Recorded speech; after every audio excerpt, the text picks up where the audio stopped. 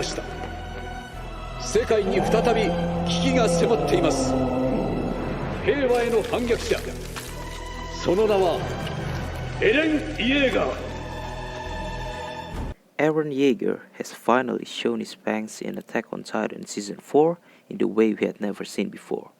Eren, who used to be a seemingly annoying teen with a constant anger at the start of the series, has turned into something that resembles a monster, something frightening. Look at his titan as he wrecks the whole city of Liberio, just like a devil that Willy Tiber stated in his story.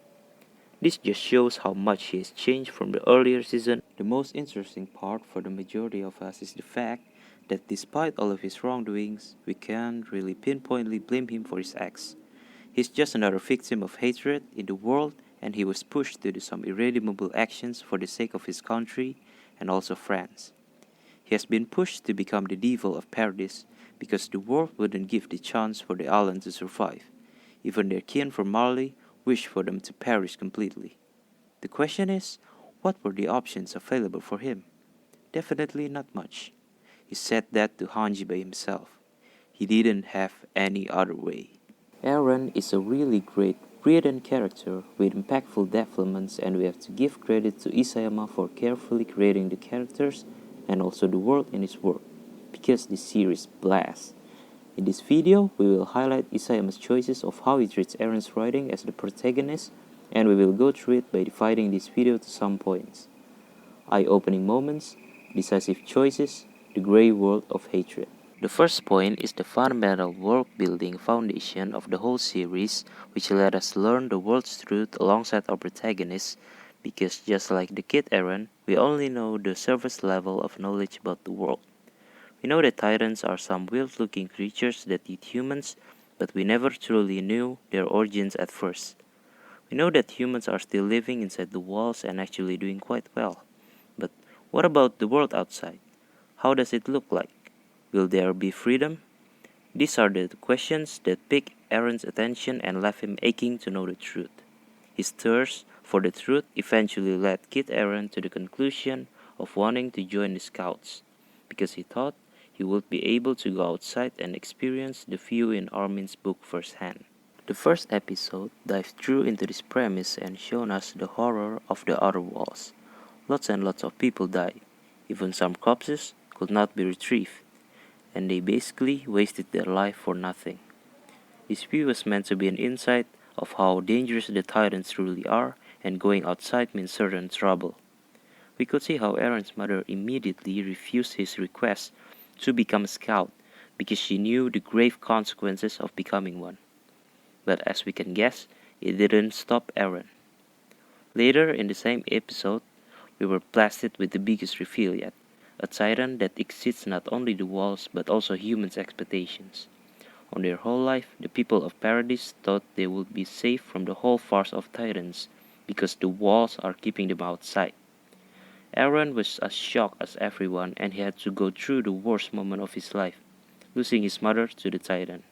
This moment alone set up the basis of his burning hatred to the Titans and pushed his drive of freedom to the max for the remaining parts of the series. Fast forward some episodes, we were faced with a more grown-up Eren, training to defeat the Titans and graduate as the 5th best of his regiment, only to find out that he was actually powerless and achieved nothing more than sending his friends straight to their demise.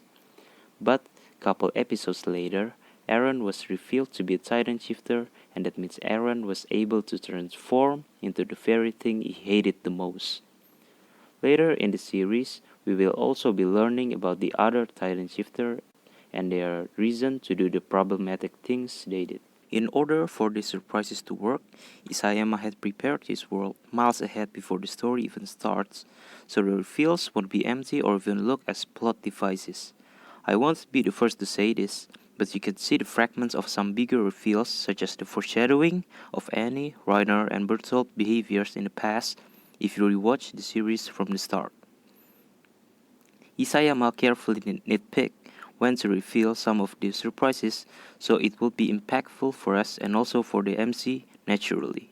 Just look at Eren's reaction when Reiner and Bertolt were revealed to be the Titan shifters that destroyed their town. In that moment, he was really troubled to fight his so-called friend, but he knew in the near future he had to strengthen himself to fight and potentially kill them. So how do these elements of constant surprises help to shape Eren? The answer is, by revealing the truth of the world, he will be able to develop as a character naturally. Eren was a naive character at first because he was a child, but by each episode, we are fed by new sparks of infos that open not only Eren's mind, but also ours. By knowing that he is a Titan shifter, Eren had to learn his power to kill other people, and also he had to become trusted by his comrades. Those moments of answered questions affected Eren directly on the shaping of his character because he had to become a person that is strong and willful enough to survive in this hectic world. Revealing some bigger truths like the outside world in Season 3 had changed Eren completely. His view and his past dream of freedom of the outside world was broken after witnessing some really graphic images from his predecessor's memories, and it left some space in his head to reconsider his choices for the future. We could say he had matured, but not really in a good way. When the scouting legion finally reached the beach, Eren knew that his goal was no longer finding imaginative landscapes of this earth, but wiping his enemies across the very sea he admired. Moving on from revealing, we will now discuss about deciding. Armin once said, to defeat the monsters, you have to be willing to throw aside your humanity. This sentence probably single-handedly explained Eren's progression as a character. The more enemy he faced on, the more he was closer to the truth, the more his humanity broken down without us directly noticing. What does it mean to throw aside your humanity? Throwing your humanity means you are picking or willing to do the hard choices despite knowing the heavy consequences. If you are able to bear that heavy burden on your shoulders, that means you will not be super troubled to do some things in some ways. The best person to describe this trait is probably Erwin Smith, the commander of Paradise Scouting Legion.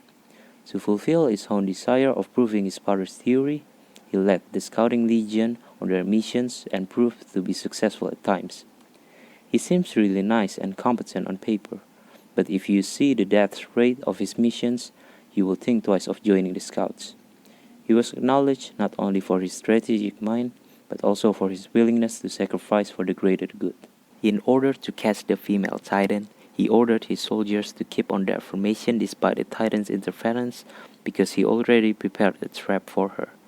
Their first encounter was a failure because unexpected things happened, but then in later episodes, he basically sacrificed a city and its people to expose and successfully catch the female Titan shifter. Of course, this kind of situation wouldn't be perfect, but his plans were really needed to achieve victory. Isayama constantly threw Eren into similarly dangerous situations where he had to choose and be responsible for his actions, such as the female Titan chase, where he had to choose whether to let the Scouting Legion keep on distracting the Titan or fight back directly with his Titan power. At the end, he chose to stay on his horse, and the result is, the squad almost wiped out and regrets overwhelmed him for not fighting at the first place. Due to his indecisiveness, Levi's squad were killed and the mission became a failure. The purpose of these options were to force Eren to take action in a pinch and grew him into a much more decisive person, because hesitation will lead him into nowhere. His notion of keep fighting to win and live suddenly becoming more understandable, so it directly strengthened his motivation to find freedom. As the series progresses, we can see Eren slowly willing to do more and more hard choices. The prime example being letting Armin to distract the Colossal Titan as long as possible, even if the Titan burned him to death. If this was the past Eren we were talking about, he would hesitate to let his parents die. But the current Eren knew that sometimes things won't just happen by chance, and we will have to do some inhumane things to achieve his goal, which is freedom. In the current season, he willingly disguised between his enemies, tricked someone good enough to deliver his letters, and attacked the enemy zone to capture their powers. By forcing him to choose in dire situations, we can see Eren's development of decision-making, especially in Season 4, and we were finally brought to light of his drive or motivation to do things his way. The thing that enhanced Attack on Titan world building much further, especially in the Season 4 and later, is the world itself. Even though we won't be exposed to much of the world since we only knew a small amount of nations outside Paradise, like Marley, Hizuru, and Middle East, we have learned enough information for the story. The main point is being, every nation want Paradise/Eldia to be gone for their crimes of using Titan powers, and Tiber from Marley had gathered the whole world to do that. Eren, of course as a human, didn't want to let his friends die in vain because of the war. To explain Eren and the world of Attack on Titan, we have to understand the concept of grey since it captures the story perfectly. The story tries to transcend the usual black and white forces where our hero is simply good and the villain is simply bad. Attack on Titan and some other acclaimed works tried to blur the line between simply good and evil, and they created a new mixture of grey force, where the characters are portrayed not to do good for the sake of being good or doing bad for the sake of being bad, but doing what they thought is the most right thing to do. What does this treatment do to the characters inside the story? Their actions become more impactful because they have some realistic sense that mirrored greatly with ourselves. Marley and the whole world are not hating Eldia for no reason, but because the Eldians Titans were spreading terror long ago and killed lots of people in the world. The Eldians in Liberio hated Paradise not only for leaving them in that island, but also because of the brainwashing that Marley did.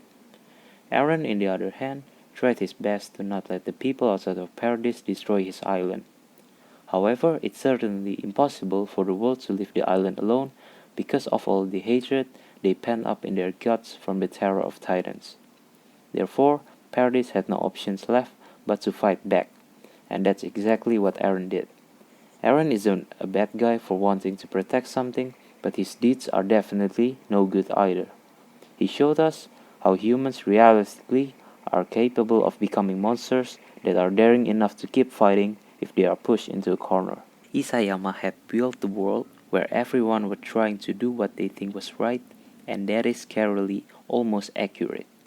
Eren Yeager and the Rumbling Plan is a product of the world's hatred. His entire life was influenced directly from the history of the world's bloodshed.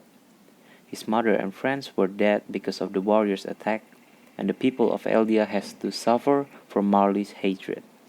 The question remains, what is the result of all that hate from the whole world? A monster willing enough to fight the world by himself. With the story of Attack on Titan, Isayama was trying to convey a message through Eren Yeager, which is, hatred will bring only destruction, and Eren Yeager is an example of one.